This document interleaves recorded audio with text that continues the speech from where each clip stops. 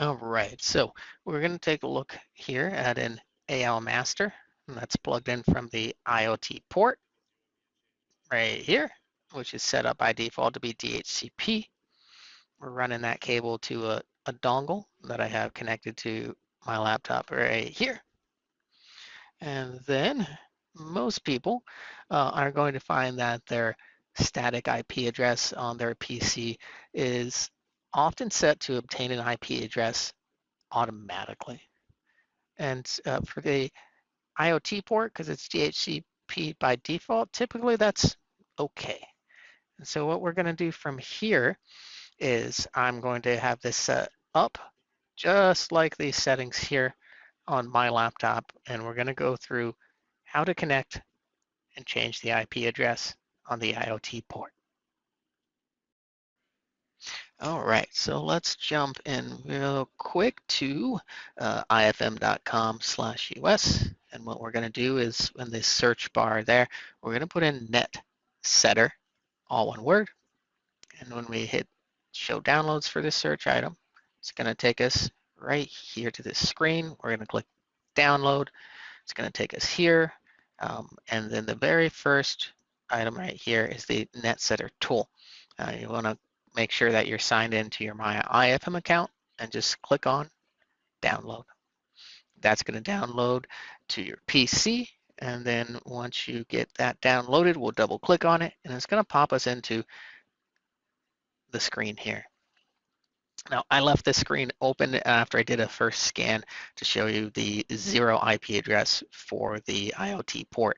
This is because to start out with, for the first minute or two, that port is looking to be assigned an IP address by a DHCP server on the network. That's not going to happen because we're connected directly to it, so it will time out after a minute or two.